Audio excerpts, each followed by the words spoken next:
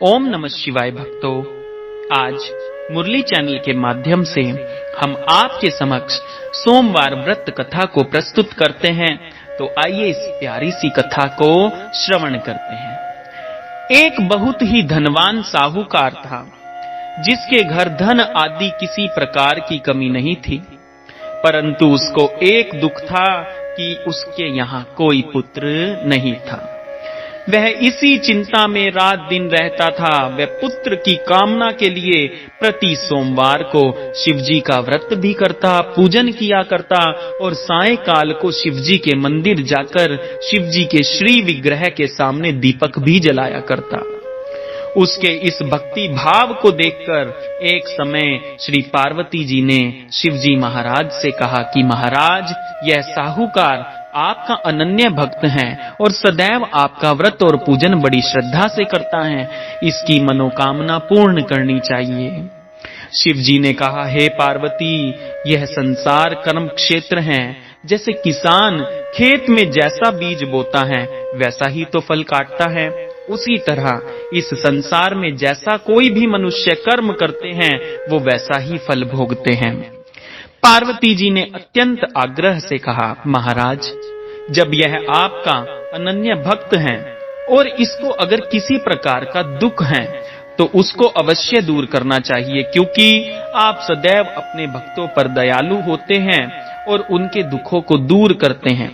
यदि आप ऐसा नहीं करेंगे तो मनुष्य आपकी सेवा तथा व्रत क्यों करेंगे?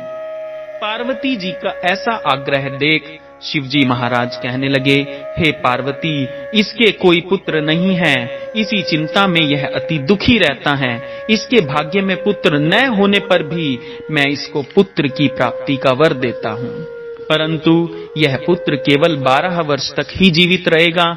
इसके पश्चात वह मृत्यु को प्राप्त हो जाएगा। इससे अधिक मैं और कुछ इसके लिए नहीं कर सकता। यह सब बातें साहूकार सुन रहा था।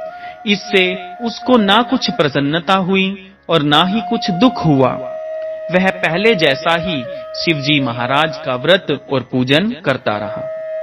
कुछ काल व्यतीत हो जाने पर साहूकार की स्त्री गर्भवती हुई और 10वें महीने उसके गर्भ से अति सुंदर पुत्र की प्राप्ति हुई। साहूकार के घर में बहुत खुशी मनाई गई, परंतु साहूकार ने उसकी केवल 12 वर्ष की आयु जान कोई अधिक प्रसन्नता प्रकट नहीं की और ना ही किसी को भेद बताया। जब वह बालक 11 वर्ष का हो गया तो उस बालक की माता ने उसके पिता से विवाह आदि के लिए कहा, तो वह साहूकार कहने लगा कि अभी मैं इसका विवाह नहीं करूंगा, अपने पुत्र को काशी जी पढ़ने के लिए भेजूंगा।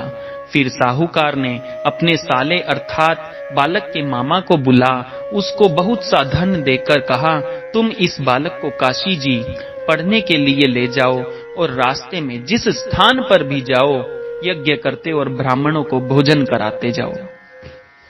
वह दोनों मामा भांजे यज्ञ करते और ब्राह्मणों को भोजन कराते जा रहे थे।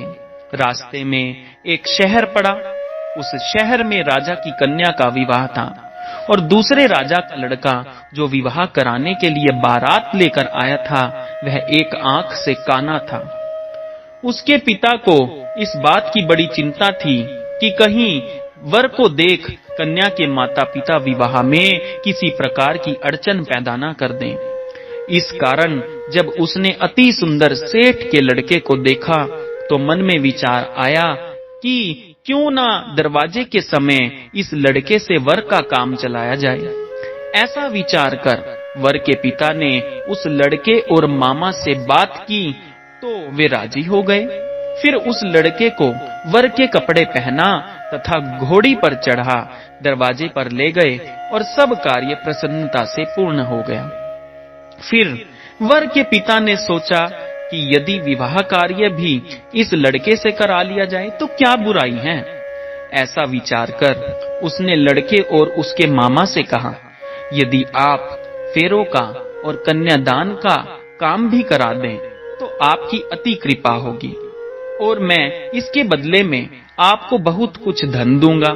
तो उन्होंने स्वीकार कर लिया और विवाह कार्य भी बहुत अच्छी तरह से संपन्न हो गया। परंतु जिस समय लड़का जाने लगा तो उसने राजकुमारी की ओढ़नी के पल्ले पर लिख दिया कि तेरा विवाह तो मेरे साथ हुआ है, परंतु जिस राजकुमार के साथ तुमको भेजेंगे वह एक आंख से काना है और मैं काशी जी पढ़ने जा रहा हूं। लड़के के जाने के पश्चात उस राजकुमारी ने जब अपनी चुंदड़ी पर, अपनी ओढ़नी पर ऐसा लिखा हुआ पाया तो उसने राजकुमार के साथ जाने से मना कर दिया और कहा कि यह मेरा पति नहीं है, मेरा विवाह इसके साथ नहीं हुआ है, वह तो काशी जी पढ़ने गया है। राजकुमारी के माता पिता ने अपनी कन्या को विदा नहीं किया और बारात वापस चली गई। उधर सेठ का लड़का और उसका मामा काशी जी पहुंच गए। वहां जाकर उन्होंने यज्ञ करना और लड़के ने पढ़ना शुरू कर दिया। जब लड़के की आयु 12 साल की हो गई, उस दिन उन्होंने यज्ञ रचा रखा था कि लड़के ने अपने मामा से कहा, मामा जी आज मेरी तबीयत कुछ ठीक नहीं है। मामा ने कहा अंदर जाकर सो जाओ। लड़का अंदर जाकर सो गया और थोड़ी देर में उसके प्राण निकल गए। जब उसके मामा ने आकर देखा तो वह मुर्दा पड़ा है, तो उसको बड़ा दुख हुआ और उसने सोचा कि अगर मैं अभी रोना पीटना मचा दूंगा तो यज्ञ का कार्य अधूरा रह जाएगा। अतः उसने जल्दी से यज्ञ का कार्य समाप्त कर ब्राह्मणों के जाने के बाद रोना पीटना आरंभ कर दिया। संयोगवश उसी समय शिव पार्वती जी उधर से जा रहे थे। जब उन्होंने जोर जोर से रोने की आवाज सुनी तो पार्वती जी कहने लगी, महाराज कोई दुखिया रो रहा है, इसके कष्ट को दूर कीजिए। जब शिव पार्वती जी ने पास जाकर देखा तो वहां एक लड़का मुर्दा पड़ा था। पार्वती जी कहने लगी, महाराज यह तो उसी सेठ का लड़का है जो आपके वरदान से हुआ था। शिव जी कहने लगे, हे पार्वती इसकी आयु इतनी ही थी सो यह भोग चुका। तब पार्वती जी ने कहा, हे महाराज इस बालक को और आयु दो, नहीं तो इसके माता पिता तड़प तड़प कर मर जाएंगे। पार्वती जी के बार बार आग्रह करने पर शिव जी ने उसको जीवन वरदान दे दिया और शिवजी महाराज की कृपा से लड़का जीवित हो गया। शिव पार्वती कैलाश चले गए।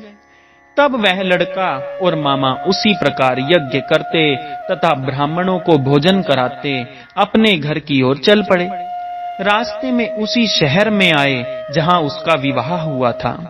वहां पर आकर उन्होंने यज्ञ आरंभ कर दिया तो उस लड़के के ससुर ने उसको पहचान लिया और अपने महल में ले जाकर उसको बड़ी खातिर की, साथ ही बहुत दास दासियों सहित आदर पूर्वक लड़की और जमाई को विदा किया। जब वह अपने शहर के निकट आए तो मामा ने कहा, मैं पहले तुम्हारे घर जाकर खबर कर आता हूँ। जब उस लड़के को मामा घर पहुंचा तो लड़के के माता पिता घर की छत पर बैठे थे और यह प्रण कर रखा था कि यदि हमारा पुत्र सकुशल लौट आया तो हम राजी खुशी नीचे आ जाएंगे, नहीं तो छत से गिरकर अपने प्राण खो देंगे। इतने में उस समय उस लड़के के मामा ने आकर यह समाचार दिया कि आपका पुत्र आ गया है, तो उनको विश्वास नहीं आया। तब उसके मामा ने शपथ पूर्वक कहा कि आपका पुत्र अपनी स्त्री के साथ बहुत सारा धन लेकर आया है। तो सेठ ने आनंद के साथ उसका स्वागत किया और बड़ी प्रसन्नता के साथ रहने लगे। इसी प्रकार से जो कोई भी सोमवार के व्रत को धारण करता है अथवा इस कथा को पढ़ता और सुनता है, उसकी समस्त मनोकामनाएं पूर्ण होती हैं। बोलो शंकर भगवान की जय।